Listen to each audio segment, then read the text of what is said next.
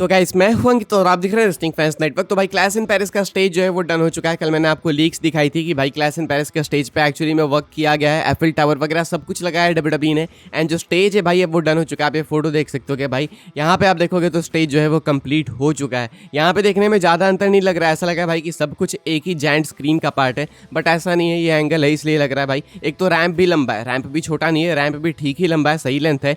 बाकी यहाँ पे जो सबसे ऊपर में क्लैश लिखा है ना, ये वो जायंट स्क्रीन है जो कि डब्ल्यूडब्ल्यूई वालों ने पीछे लगा के रखी है। सामने एफिल टावर है, वो एक अलग स्ट्रक्चर है। एंड इसके नीचे से, इसके अंदर से जो डब्ल्यूडब्ल्यूई सुपरस्टार से वो एंट्री लेंगे। साइड में जो स्क्रीन है भाई एफिल टावर के नीचे, ये कर्व्ड स्क्रीन है, यानी कि ये जो है ना स्ट्रेट स्क्रीन नहीं है, ऐसा नहीं कि सीधा है, ये कर्व्ड स्क्रीन है, तो ये एक अलग इफेक्ट ला के देगी। ओवरऑल बात करें भाई तो स्टेज अच्छा है, ऐसा नहीं कि बहुत ज़्यादा क्रेजी है, बट स्टिल तुम सोचो ना हम लोग किस स्टेज की बात करें, क्लैश इन पेरिस की बात कर रहे हैं। हमने क्लैश एट द कैसल वगैरह में भी कस्टम स्टेज नहीं देखा, हमने रेसलमेनिया के अलावा कहीं भी कस्टम स्टेज नहीं देखा। तो यहाँ पे हमें कुछ मिल रहा है भाई, वो बहुत आसान किया है डब्ल्यूडब्ल्यूई वालों ने। एंड थीम भी सही लग रही है। आई थिंक अगर लाइटिंग थोड़ी सी सही कर देंगे तो बहुत ही अच्छा लगेगा। इवन रैंप भी कहीं सही साइन कर रहा है। तो मुझे लगता है भाई कि डब्ल्यूडब्ल्यूई वालों ने इस बार जो भी किया है क्लैश इन पेरिस के साथ, कार्ड के अलावा सब कुछ सही किया है। एंड स्टेज जो है वो जायंट भी है। मैं देख सकता हूँ यहाँ पे कि सामने भी एक कोई, अब क्या बोलूँ मैं इसको, एक स्टील स्ट्रक्चर है कर्व्ड, जो कि एग्जैक्टली अभी लाइट में नहीं है ढंग से, तो इसलिए दिख नहीं रहा ज़्यादा।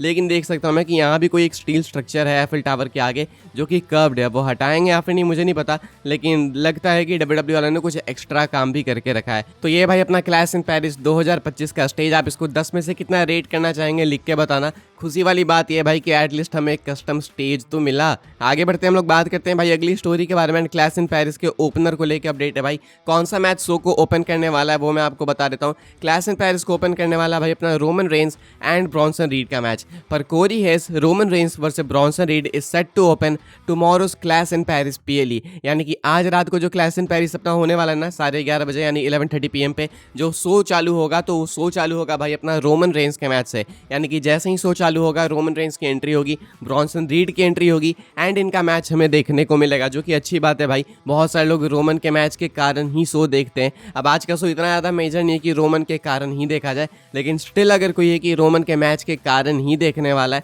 तो ऐसे में भाई आपको स्टार्टिंग में ही रोमन का मैच देखने को मिलेगा। एंड पिछले काफ़ी टाइम से ये सिलसिला हम देखते हैं कि रोमन रेंस जो है वो शोज को ओपन करते हैं। रोमन ने साफ बोल के रखा है भाई कि देखो, या तो मैं शो को ओपन करूंगा या तो मैं शो को क्लोज करूंगा, सिंपल एज दैट। एंड अभी रोमन रेंस उस वाले लेवल पे है नहीं कि वो शो को क्लोज करे, ना ही वो चैंपियन है, ना ही रोमन रेंस किसी लेजेंडरी फ्यूड में, तो इसलिए शो को ओपन करना ही बनता है। तो रोमन रेंस आज के शो को भी, आज रात के शो को भी ओपन करने वाले। मेन इवेंट कौन सा मैच करेगा नहीं पता भाई। एक्सपेक्टेड है कि सीना लोगन पॉल, नहीं तो फेटल 4-वे मैच। जो भी पता चलेगा मुझे, मैं आपको अपडेट आएगी तो बता दूंगा। लेकिन फिलहाल अपडेट सिर्फ रोमन के मैच को लेके, इनका जो मैच है रोमन एंड ब्रॉन्सन रीड का, ये शो को ओपन करेगा रात को 11:30 में यानी कि 11:30 PM पे। आगे बढ़ते हैं गाइस, हम लोग बात करते हैं अगली स्टोरी के बारे में। तो भाई लेसनर को स्पॉट किया गया before clash in Paris. Lesnar की एक फोटो निकल के सामने आई है जो कि मैं आपको दिखाना चाहता हूँ भाई। यहाँ पे देख सकते हो, ये है लेसनर की नई फोटो। लेसनर यहाँ पे भाई एक स्पेशली एबल्ड चाइल्ड के साथ है। आप देख सकते हो कि लेसनर भाई एक फैन मोमेंट दे रहे हैं इस बच्चे को। एंड ये है लेसनर की लेटेस्ट अपीयरेंस। इसके अलावा भी एक आधी फोटो आई थी लेसनर की, but I am not sure कि वो लेटेस्ट है या फिर नहीं। लेकिन इस वाले को लेकर मैं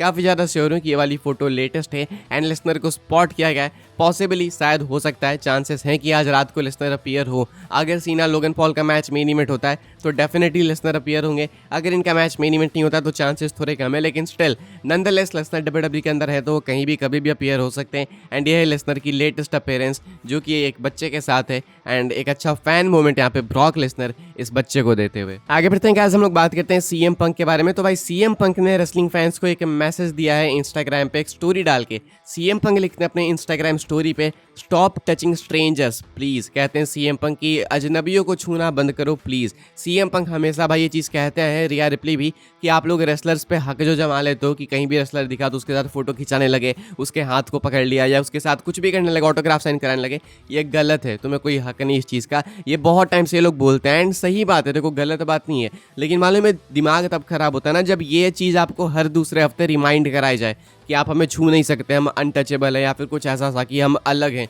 ये ना एक रिफ्ट क्रिएट करता है फैंस एंड सुपरस्टार्स के बीच में। अभी अगर मान लो तुम अग्री भी करते हो कि भाई सीएम पंक ने ऐसा बोला, सही बोल रहे हैं, ठीक है मैं अग्री करता हूँ, लेकिन सेम तुम देखोगे जब सलमान खान को स्पॉट किया जाता है, पपराजी जब स्पॉट करते हैं, या नहीं अर्जुन कपूर छोड़ो हटाओ, रणवीर कपूर वगैरह को स्पॉट किया जाता है, एंड अगर ये अपने फैंस के साथ फोटो नहीं खिंचाते हैं, उन्हें ऑटोग्राफ नहीं देते हैं, तो हमारे यहाँ के लोग क्या बोलते हैं कि भाई इसमें ईगो आ गया, ये आ गया, वो आ गया। मैं ये नहीं कह रहा कि ईगो ही आ गया, लेकिन फिर भी एक माना जाता है ना कि जिन लोगों ने आपको ऊपर उठाया है, जो लोग आपको सपोर्ट करके यहाँ तक लाए हैं, आप सामने से भी उनको रिटर्न कुछ दो। रिटर्न ऐसा नहीं कि पैसे दो, गिफ्ट दो, ऑटोग्राफ दे दो, सेल्फी ले लो, 2 सेकंड्स लगते हैं भाई। लेकिन WWE सुपरस्टार्स पता नहीं भाई इस तरीके से एक्ट क्यों करते हैं कि इनसे बड़ा कोई सेलिब्रिटी पूरी दुनिया में है ही नहीं, मतलब इनसे बड़ा मेगा स्टार कोई है ही नहीं, स्पेशली सीएम पंक, रिया रिप्ली जैसे लोग। मैं मानता हूँ कि ठीक है वियर्ड हो जाता होगा पब्लिक में कोई आपको स्ट्रेंजर आके टच कर दे तो, लेकिन फिर आपको भी राइट किसने दिया भाई कि आप भी मतलब पब्लिक के ऊपर कूद जाओ। क्राउड सर्फिंग करते हैं ये लोग, फैंस के बीच में जाके घुस के किससे भी हाथ मिलाने लगते हैं, किसको भी टच करने लगते हैं,